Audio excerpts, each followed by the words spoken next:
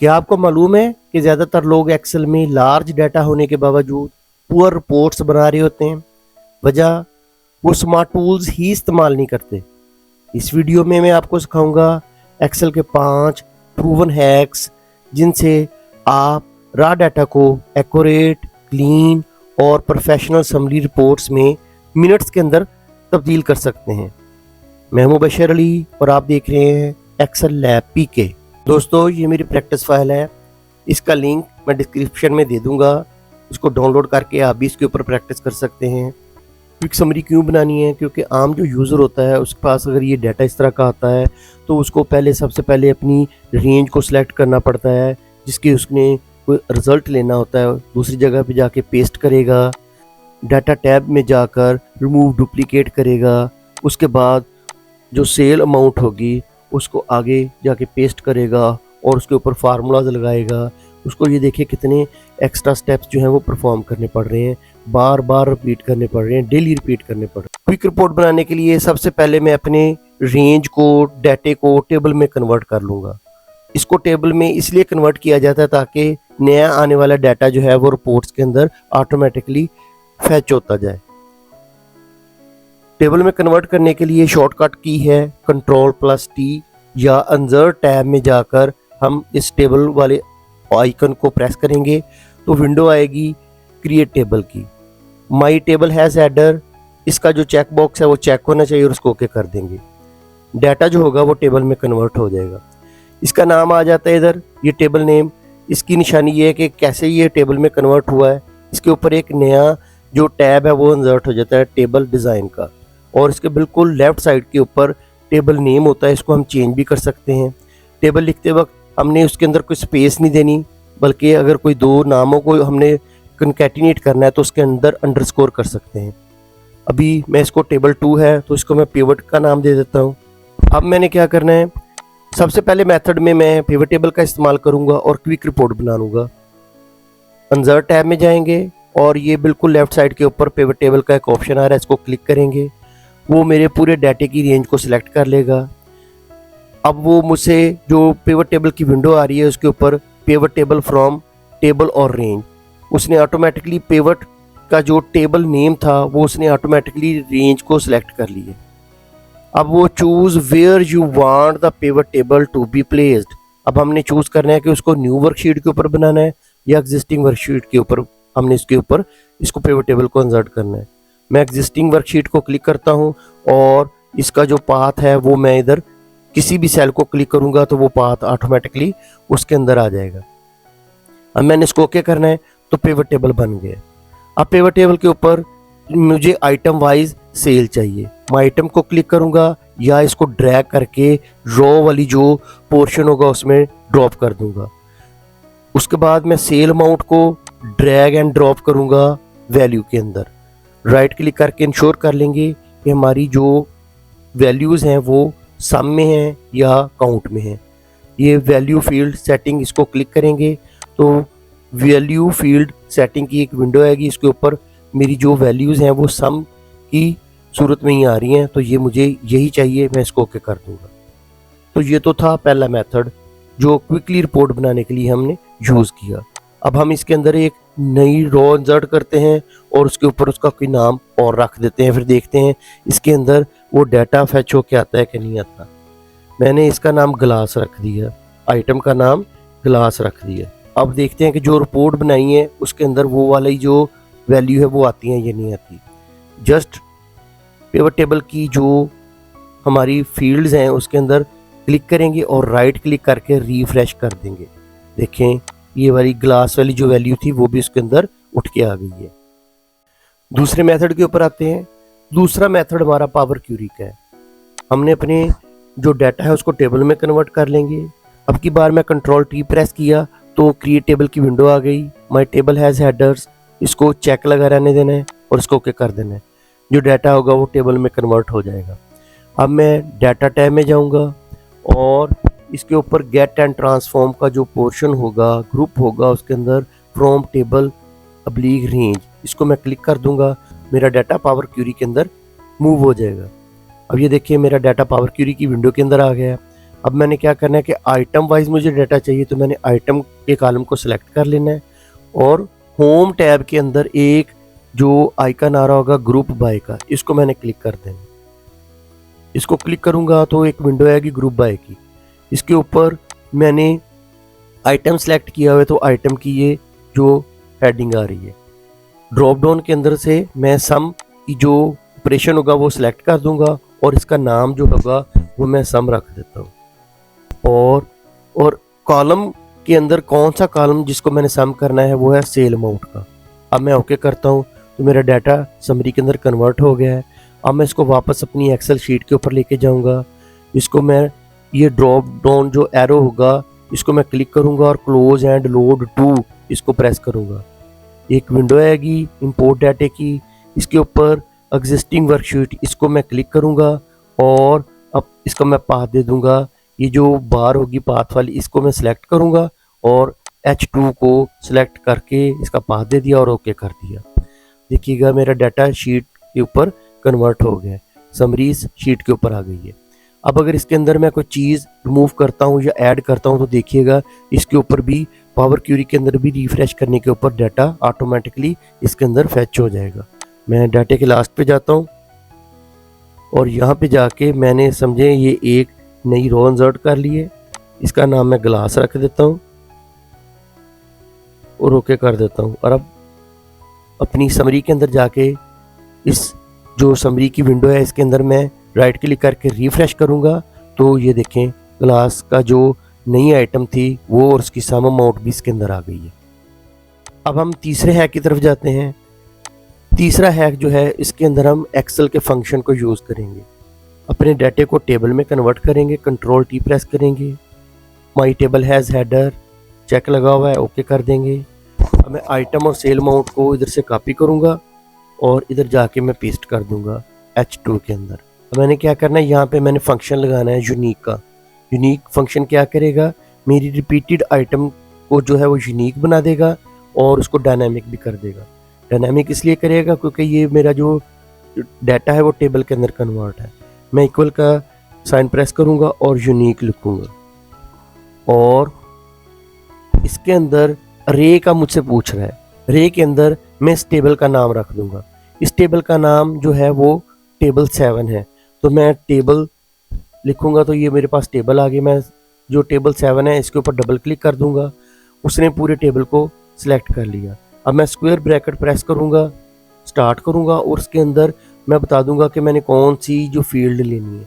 मैंने आइटम की फील्ड लेनी है तो मैं आइटम को सिलेक्ट करके इसको डबल क्लिक कर दूंगा, आइटम की फील्ड इसके अंदर आ जाएगी। अब मैं स्क्वायर ब्रैकेट क्लोज कर दूंगा और ब्रैकेट क्लोज कर दूंगा यूनिक फार्मूले की, एंटर करूंगा। अब देखें कि मेरी तमाम वैल्यू जो है वो यूनिक होके आ गई। अब इसके आगे फर्दर सेल अमाउंट में मैं सम इफ का फंक्शन यूज़ करूंगा और रेंज जो होगी वो मैं उसी तरह ले लूँगा जो टेबल के अंदर से डाटे को फैच करते हैं। मैं रेंज की जगह पे टेबल लिखूँगा और टेबल 7 को सिलेक्ट करूँगा। अब इसके अंदर से जो मैंने फील्ड लेनी है स्क्वायर ब्रैकेट में लूँगा। फील्ड कौन सी मैंने लेनी है जो कि रेंज की होगी, वो होगी आइटम की।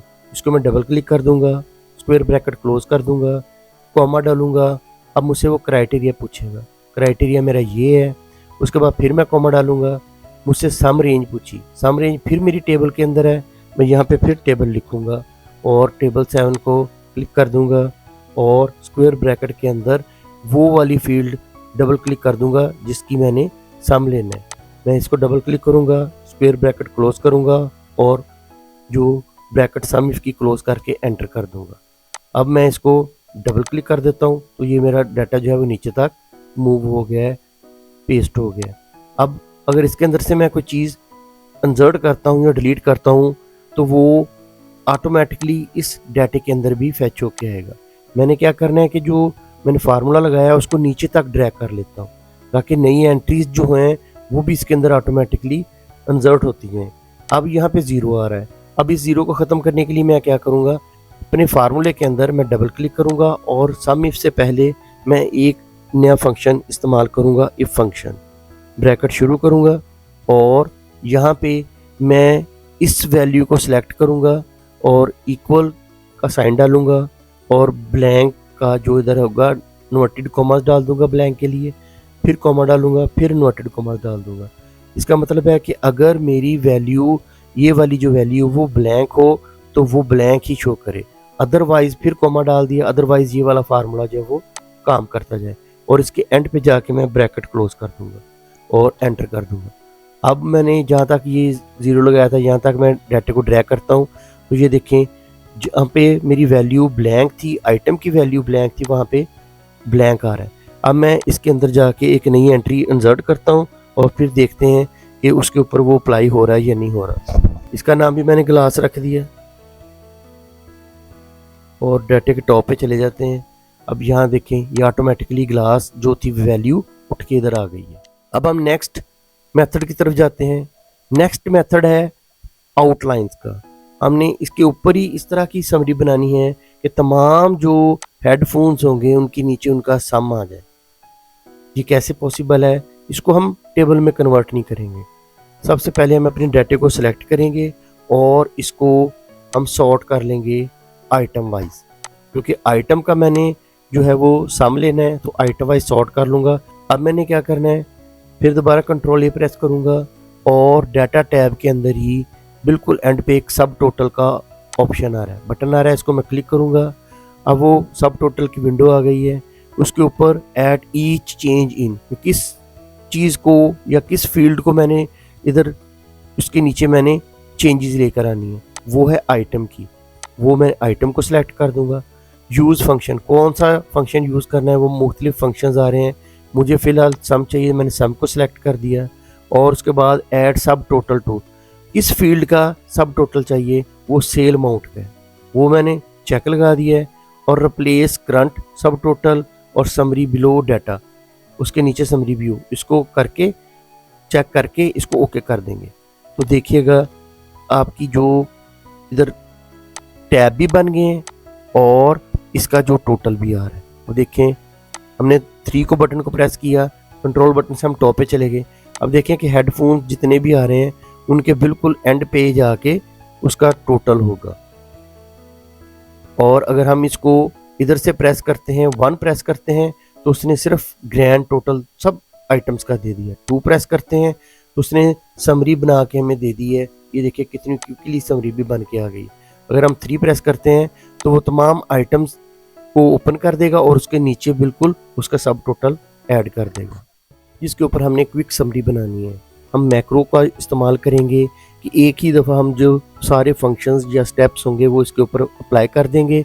और जब दोबारा हम उसका बटन को प्रेस करेंगे तो वो सारे के सारे जो कोडिंग उसके अंदर सेव हुई होगी उसके ज़रिए वो हमारा रिज़ल्ट निकाल के दे देगा। हमने सबसे पहले मैक्रो अप्लाई करना है। मैक्रो कहाँ से अप्लाई करेंगे?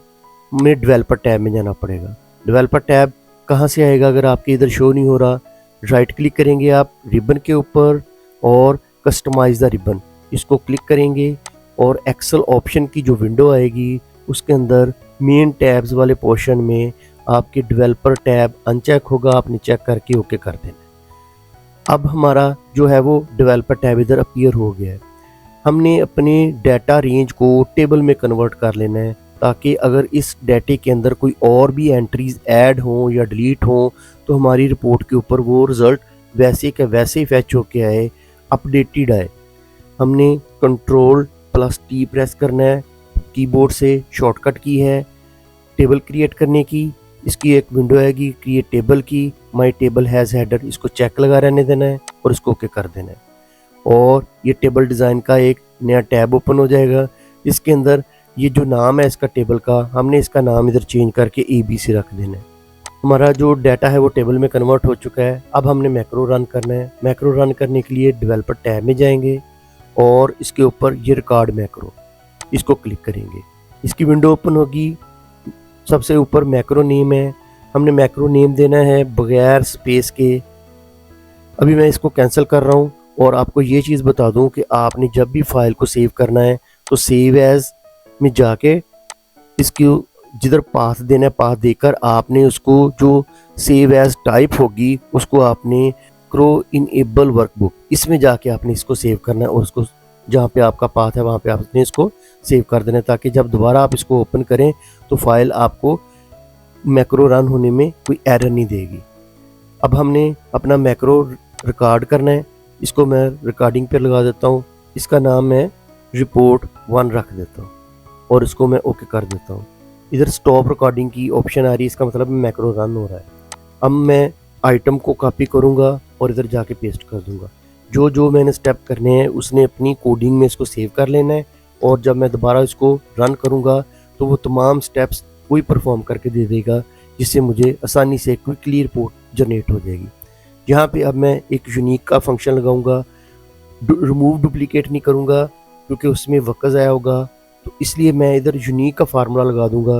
यूनिक फार्मूला टेबल की जो अरे होगा वो भी अपने अंदर फैच करके लेके आएगा। इधर मैं यूनिक का फार्मूला अप्लाई करता हूँ और जो अरे होगा वहाँ पे मैं ABC टाइप करता हूँ और उसके आगे ब्रैकेट, जो स्क्वायर ब्रैकेट है वो ओपन करता हूँ, और जिस इस अरे के अंदर से मैंने हेडिंग लेनी है या कॉलम लेना है वो इधर आ रहे हैं। मैंने आइटम का जो है वो समरी लेनी है, तो मैंने आइटम के ऊपर डबल क्लिक कर देना है। बड़ी ब्रैकेट जो है वो क्लोज कर दूंगा, उसके बाद मैं ब्रैकेट को क्लोज कर दूंगा और एंटर कर दूंगा। तो ये देखिए तमाम यूनिक रिकॉर्ड जो है वो इधर फैच होके आ गए।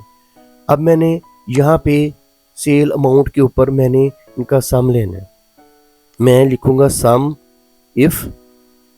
आपने ये स्टेप्स इसी तरह फॉलो करने हैं क्योंकि आगे थोड़ा सा एक ट्रिकी तरीका आने लगा है, जिसको अगर आप उसको इग्नोर कर देंगे तो आपका मैक्रो रन नहीं होगा। सम इफ, उसके बाद रेंज है, रेंज के ऊपर फिर मैं ABC टाइप करूँगा ताकि वो ऑटोमेटिकली डायनामिक तरीके से डाटे को फैच कर ले। स्क्वायर ब्रैकेट ओपन करूँगा और जो रेंज होगी वो आइटम की दूंगा मैं इधर। स्क्वायर ब्रैकेट क्लोज करूँगा, कॉमा डालूंगा और क्राइटेरिया जो होगा वो ये वाला दे दिया मैंने।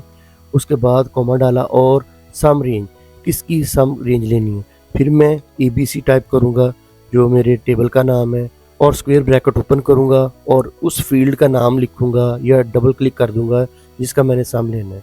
सेल अमाउंट का मैंने सम लेना है, मैंने डबल क्लिक किया और उसके बाद स्क्वायर ब्रैकेट क्लोज की, और जो सम इफ की ब्रैकेट है वो भी मैंने इसको क्लोज कर दी और एंटर कर दिया।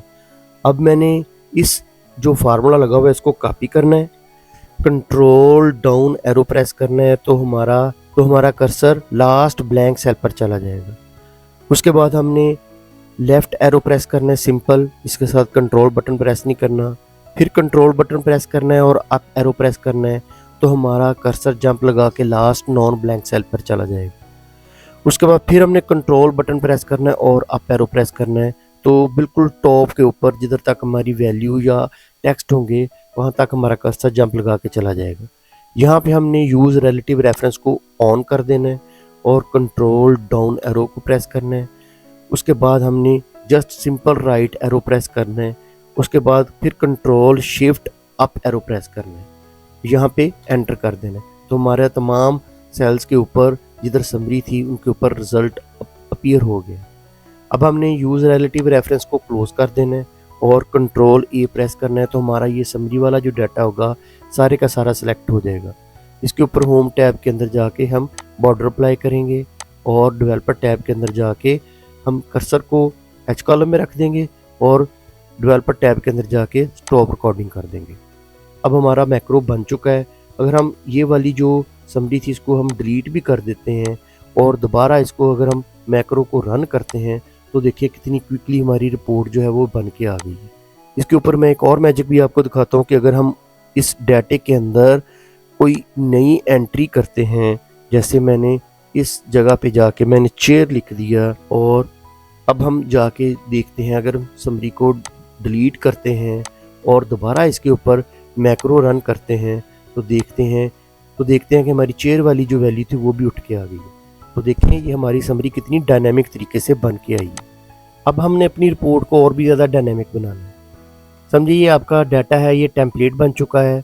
हमने रो नंबर 2 से लेकर आखिर तक इस डाटे को सिलेक्ट करना है और इसको डिलीट कर देना है।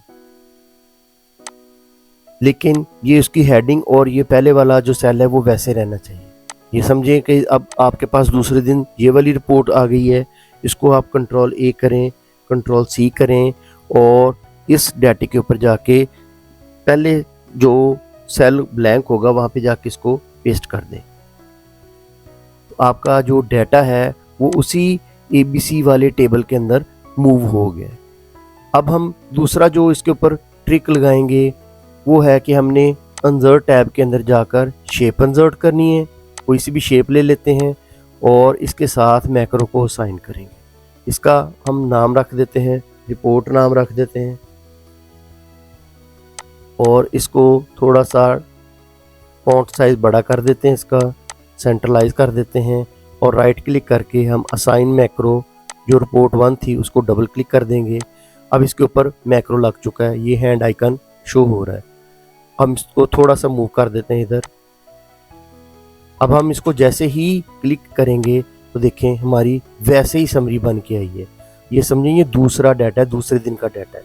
इसी तरह हम तीसरे दिन का डाटा, चौथे दिन का डाटा, आपने जस्ट यहाँ से इसको सिलेक्ट करना है, रो नंबर 2 से एंड तक उसको डिलीट कर देना है और नया डाटा इसके ऊपर पेस्ट कर देना है। आपकी ये टेम्पलेट वैसी की वैसी रहेगी। उम्मीद है कि आपको मेरी वीडियो पसंद आई होगी। इसको लाइक कीजिएगा, शेयर कीजिएगा और सब्सक्राइब कीजिएगा। खुदा हाफिज़।